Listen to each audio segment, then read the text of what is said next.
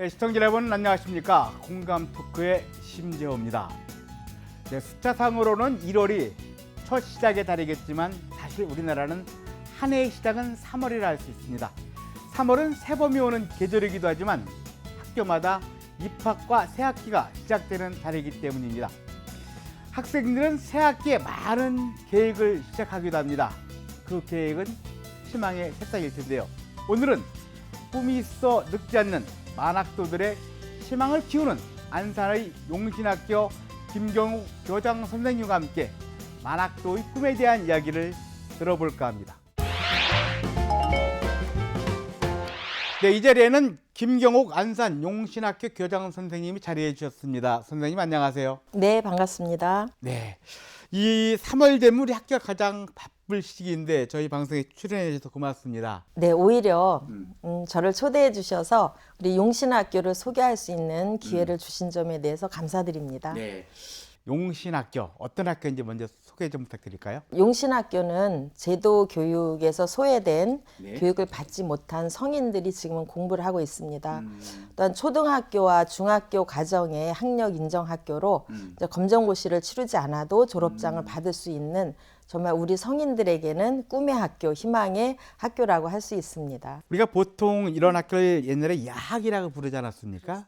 야학의 경우에는 사실은 그 학력 인정을 받지 못하고 거기서 공부를 한 그런 학업 능력을 가지고 검정고시를 본다든지 해서 학력을 인정받지 않습니까? 근데 지금 우리 안산 용신학교는 학력을 인정받는 학교라 이런 말씀이신가요? 개교 당시에는 물론 이제 학력 인정 학교가 아니었기 때문에 검정고시를 통해서 뭐 초중고 이렇게 학력을 취득했는데 한 8년 전부터 성인 문해교육으로 교육청에 지정을 받아 이제는 검정고시를 보지 않아도 졸업장을 취득할 수 있는 그런 학교입니다. 용신학교 학생들의 경우 이제 중학교 졸업장을 받으시고 한 90% 이상은 이제 고등학교에 진학을 하시는데 이제 성인 고등학교를 진학하시는 분들이 계시고 또 검정고시로 네, 고등학교 학력을 취득하시는 분들도 많이 계십니다. 여기에서 공부하고 있는 학생들이 대부분 이제는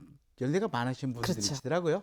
어느 정도의 연세를 갖고 계신 분들인가요? 평균 한 60대, 70대라고 보시면 되는데 평균 60대? 네네. 연령이 많으신 분 한 80대도 계시고 네, 50대부터 80대까지 다양한 연령층으로 구성이 되어 있습니다. 만학도들이 하는 공부의 모습 어떻습니까? 우리 학생들은 새로운 것을 하나 받아들이는데 너무 즐거워하고 행복해 하시는 모습 또 건강이 좋지 않으신 분들도 많은데도 불구하고 정말 결석 한번 하지 않으시려는 그런 열의를 가진 정말 학구열로 열정이 가득 찬 그런 교실이라고 할 수 있습니다. 인생을 깨달으신 분들이 새롭게 무언가 내가 정말 더 많은 것을 깨닫기 위해서 문자라도 배우고 또 이치를 알겠다라는 어떤 열의 때문에 오신 분들이시잖아요. 그렇죠. 네. 그러다 보니까 아무래도 이분들에게 교육을 하시는 분들이나 또 받으시는 분들이나 모두가 정말 뜨거운 열정, 열의가 있지 않으면 안 될 것이다. 아마 더 많지 않을까 하는 생각을 하게 되네요. 처음에 그 만학도들이 학교에 올 때는 내가 못 배웠기 때문에 이제 한풀이로 내가 억울한 삶을 살았다 한풀이로 이제 공부를 시작했는데 요즘의 학생들은 이제 정말 평생 학습자로서의 굉장히 성숙한 면모를 가지고 학업에 임하고 있습니다. 그래서 우리 선생님들도 능력 있는 선생님들이 많지만 이분들의 열정이나 또 경륜 그런 것들을 통해서 오히려 교사도 더 많이 성장한다라는 생각을 가지고 이렇게 교단에 서고 계십니다. 네, 우리 교사분들은 이분들에게 학업, 학력을 가리키겠지만 또 이 어르신 학생들로부터 인생을 또 얻을 수 그렇습니다. 있고 배울 수 있는 그런 계기가 되겠죠. 근데 이분들의 경우 지금 우리 젊은 청소년들이 이해를 못하는 부분들이 많을 거예요. 왜 공부를 안 하셨을까?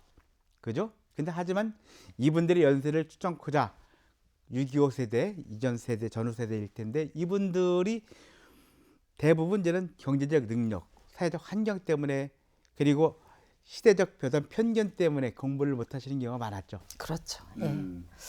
그래서 우리 학생들한테 제가 늘 하고 싶은 말씀이 있는데 자, 여러분이 글을 모르고 학교를 나오지 못한 것은 여러분 개인의 잘못이 아닙니다. 그렇죠. 네, 6.25와 같은 그런 역사적인 상황, 또 이제 여자는 교육시키지 않았던 그런 사회적인 관념, 자, 그런 것 때문에 오히려 피해자가 된 것입니다. 그러니까 절대로 부끄러워하지 말고 도전하십시오. 늘 그런 말씀을 드리고 있습니다. 여기 안산 용신학교에서 중학교 과정을 이제는 다 마치시고 졸업을 하시고 고등학교도 진학하시거나 또 고등학교 이후에 또 대학도 졸업하신 분들 계시다며요. 네, 많습니다. 실제로 대학교에 가셔서 이제 중학교 과정을 공부할 때는 아무래도 이제 학력 단계가 낮아서 그런지 좀 게 소극적이었는데 대학생이 된 후 학교에 찾아오시는 것을 보시면은 굉장히 당당하게 자신감 있는 모습으로 변한 그런 학생들을 많이 볼 수가 있습니다. 가장 연세가 많으신 분은 조금 어떤 진로를 택하셨을까요? 네, 지난 2월에 저희가 32회 졸업식을 했습니다. 아, 최근이군요. 네, 그 졸업생 중에서 82세 대신 남자분이 이제 제일 고령자이신데 그분도 지금 고등학교에 진학을 하시기로 했습니다. 이제 자제분들은 건강도 좋지 않고 또 이제 타 지역으로 다니셔야 되기 때문에 이제 만류를 하셨음에도 네. 불구하고 본인의 의지가 강하시기 때문에 이제 고등학교에 진학을 하셨습니다. 여성이기 때문에 공부를 못했던 경우 있지 않습니까? 이런 분들도 굉장히 많으실 것 같아요. 우리 어머니들. 제가 기억이 나는 학생이 있습니다. 네. 그분이 가정 형편이 어렵진 않았습니다. 근데 용신학교에서 한글을 배우고 이제 초등학교 졸업장을 받으신 분인데, 그러니까 이분은 단지 여자라는 이유 때문에 집에서 교육을 시키지 않은 분입니다.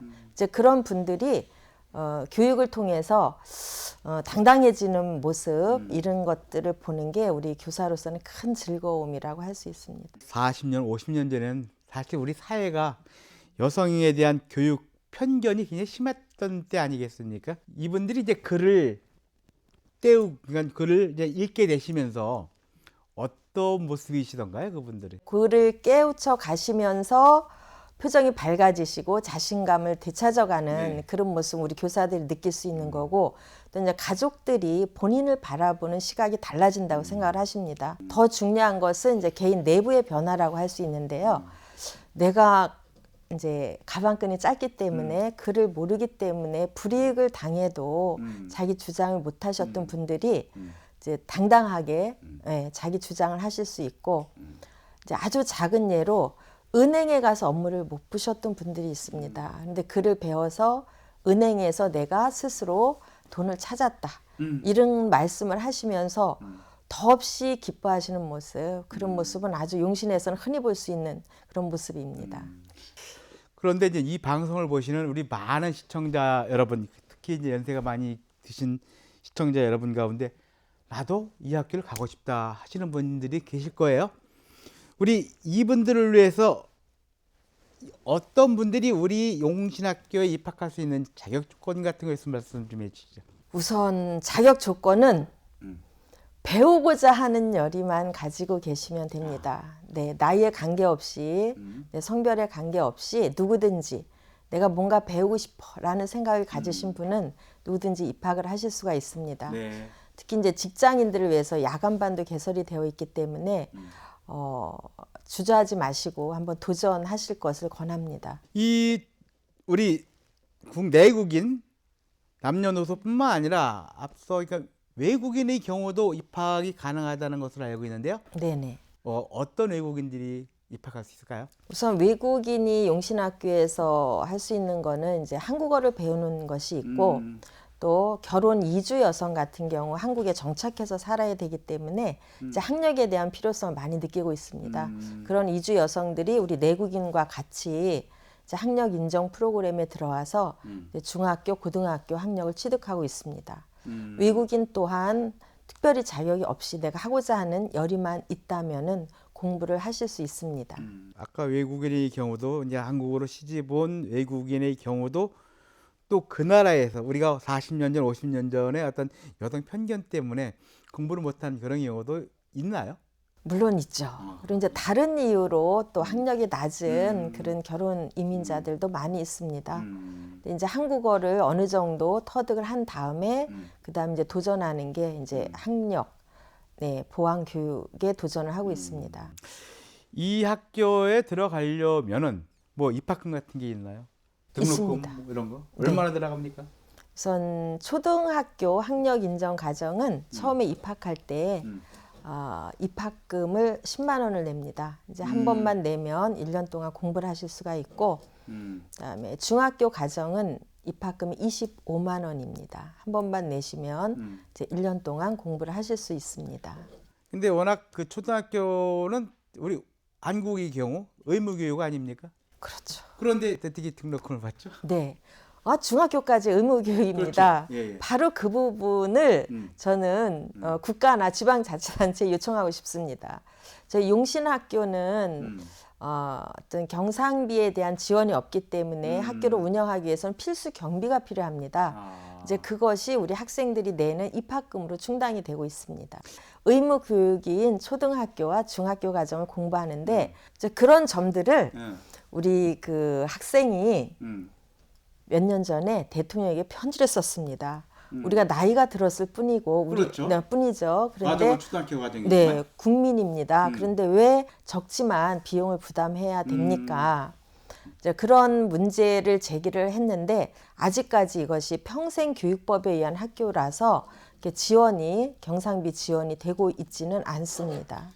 그러면 평생교육 차원에서라도 지방정부가 혹은 또 다른 뭐 사회적 누군가가 지원을 해줬으면 좋겠는데 지원이 그렇게 만만하지는 않다 이런 말씀이시란 말이죠. 네네. 그렇다면 어떤 방법이 있을까요? 이분들이 열심히 공부할 수 있는 조건을 만들기 위해서. 네, 우선 현재 이런 성인 문해 교육을 하고 있는 교육기관의 입장에서는 그러니까 물리적인 교육 환경이 우선 안정적으로 있어야 됩니다. 그 다음에 그 교육을 유지할 수 있는 그 교사들에 대한 인건비라든지 네. 아니면 그 건물을 유지할 수 있는 경상비 정도가 안정적으로 지원이 돼야 되는데 용신학교의 경우는 물론 시소유의 건물을 현재 무료로 사용을 하고 있습니다.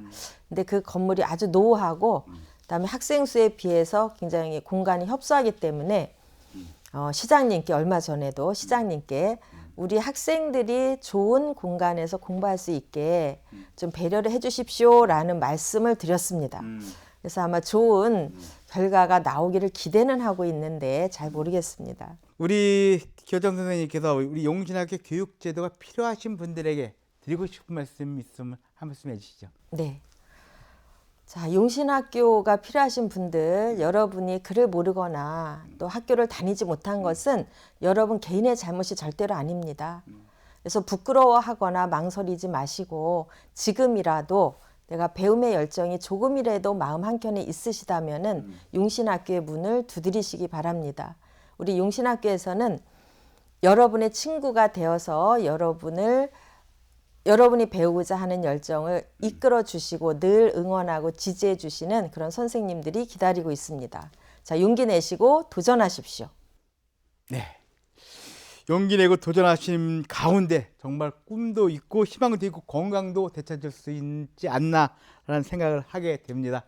아무쪼록 정말 용신학교가 만학의 만학도들에게 꿈과 힘과 건강까지 줄 수 있는 그런 학교가 됐으면 하는 바람입니다. 오늘 바쁜 시간 내주셔서 고맙습니다. 수고하셨습니다. 네, 감사합니다. 네.